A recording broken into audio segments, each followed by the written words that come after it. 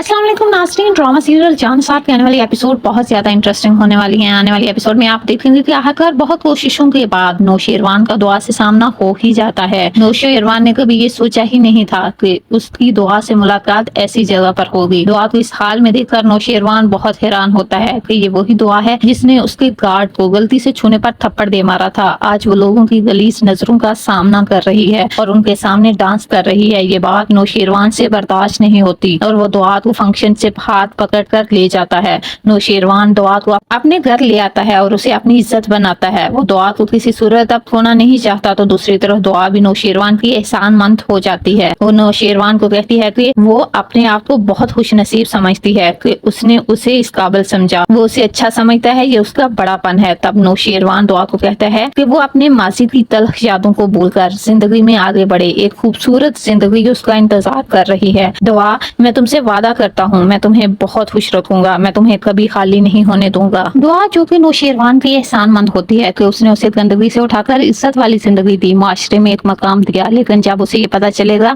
कि वो नौशेरवान की पहली नहीं बल्कि दूसरी बीवी है और नौशेरवान पहले से शादीशुदा था और ये बात नौशेरवान ने उससे छुपाई, तो वो नौशेरवान के सारे एहसान भूल जाएगी। जब नौशेरवान दुआ को बताएगा कि कशमाला से उसकी शादी 3 मजबूरियों के तख्त हुई और कशमाला से उसका रिश्ता सिर्फ कागज की हद तक है।